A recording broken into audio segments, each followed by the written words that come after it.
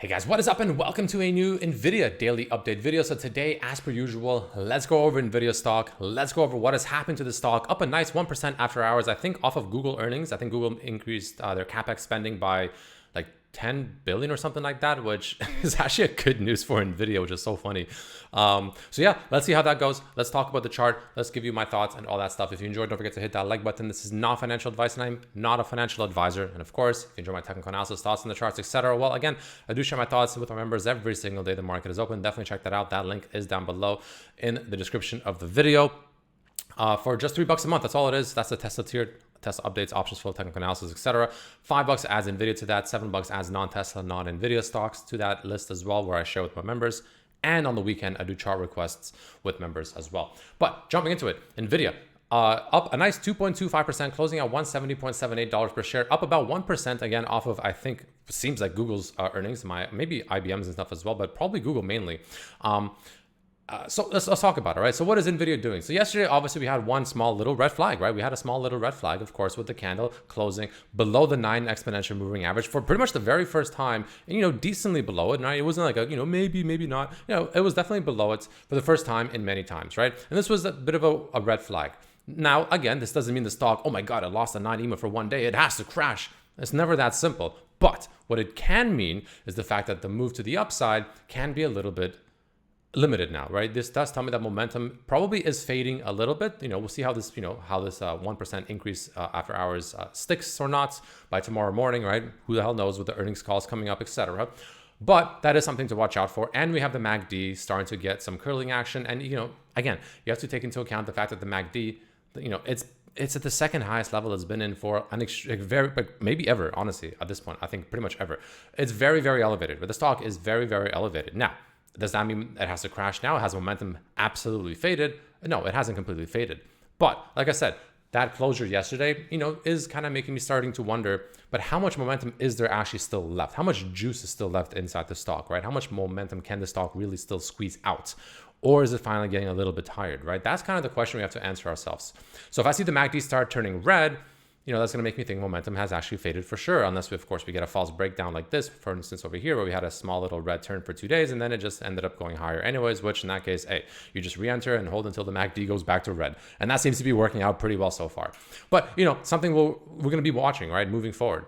Now, to the downside, right, and to the upside, we'll talk about both sides, of course, right? To the downside, like I said, it did stop at arguably a support level, because this level right here, you can see, was a resistance level for pretty much 4 days in a row, right around here, around 165. And that's exactly where we found that support yesterday.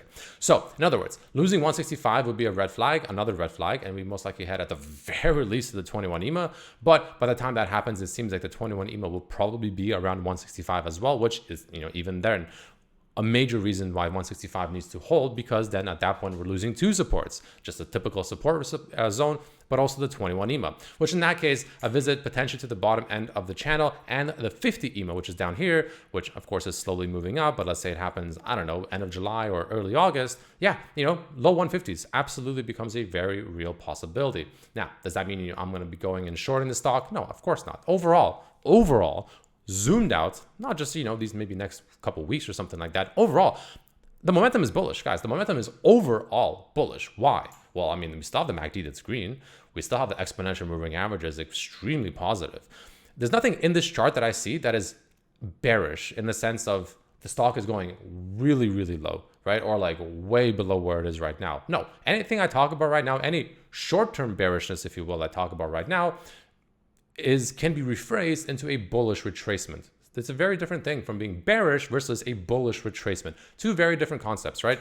Bearishness is, well, this is bearish, right? EMAs are bearish. We're heading down. We're making lower lows. This is bearish. This is bearish, right? But here, it's the exact opposite, right? So any retracement, in my opinion, is a bullish retracement. But nonetheless, a retracement nonetheless. So let's kind of, watch and monitor this and see how it goes from here. But that's kind of what I'm looking there on the daily, right? And that's kind of the main support zones. And to the upside, of course, well, we have the recent resistance zone pretty much around 174, which was that extension, the Fibonacci extension I shared before. Yeah, so we have that extension to watch for potentially on Nvidia as well. Again, about 174, above which, and especially if we could turn it back into support, then we could potentially head even higher, closer to about that final extension at around 179 to 180. And that's kind of what I'll be personally looking for if if it can reclaim about 174 to 175. Should unlock about another $4 to $5 to upside. However, if we zoom in, this is where we start looking at it. And this really depends on how, this after hours, 1% gap up, if you will, sticks or doesn't or whatever, right? So let's see how that goes. The hell is this? Yeah, so that's kind of how, it depends on how that sticks or doesn't stick. But the 1 hour is looking interesting to me in the sense that, for the longest while, we've been making these kind of higher highs, higher lows, higher highs, higher lows, higher highs, higher lows, lower high, lower low.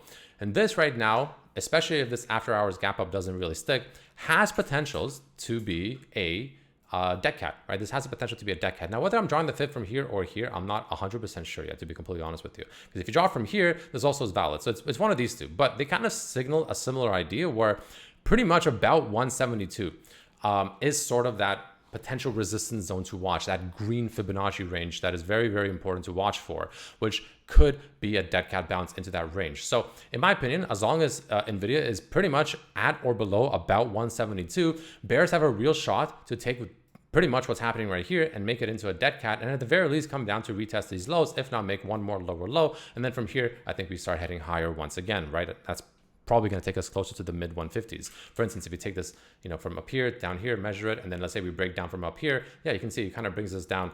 This actually brings us to the 160, but honestly, even low 150s wouldn't shock me. And that's kind of what I would see and foresee happening there if this actually plays out and the bears pretty much come in to strike the stock right at these green Fibonacci's, again, sitting around that 172-ish zone. So let's see how this plays out. Let's see how this actually happens moving forward and, all that good stuff. But there is potential for this to be a bit of a dead cat because, you can make an argument that this was a fresh lower low set. And now we're in a bit of a bearish reversal situation for the short term, which overall short-term bearish reversals usually actually, especially in a stock that's very evidently uptrending like Nvidia, actually create bullish situations on the bigger time frames. Because again, when you're making a bull flag, for instance, when you're doing a bull flag like this, right, you're going higher highs, higher lows, and then what's happening during the bull flag? Lower lows, lower highs, lower lows, lower highs, lower lows, lower highs, and then you finally break out and you start going up higher. And this situation here, yes, technically bearish while you're within it, but if you zoom out, what is it? Well, it's a bullish pattern.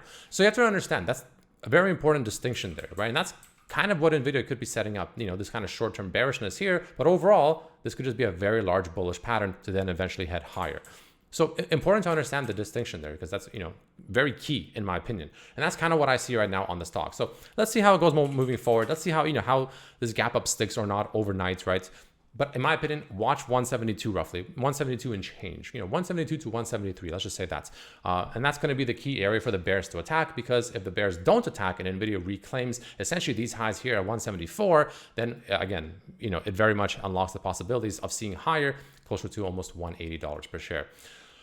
And that's pretty much all I got, I think, right now. In terms of options flow, Nvidia, yeah, definitely bulls, dominating as usual, for the most part. They've been dominating for quite some time. You have an August 15th 175 call that came in 1.8 million here. So bulls are dominating. Some bearishness in there, but yeah, the bulls are still dominating. This is what I told my members this morning, how the bulls are dominating in the morning, and we could see a pump up higher, closer to about 172 where the green fibs are. And that's pretty much where we are right now after hours. So I'm going to be very, curious to see how this sticks or doesn't stick. But again, around 172 is the bears' place to attack. However, above 174, I think the bulls reclaim and we see closer to 180 short term. But I do think the bears have a pretty good shot here, actually, a pretty good shot of doing something like this right now. So let's see. But all in all, that's all I got. Thanks for watching. See you tomorrow. Peace.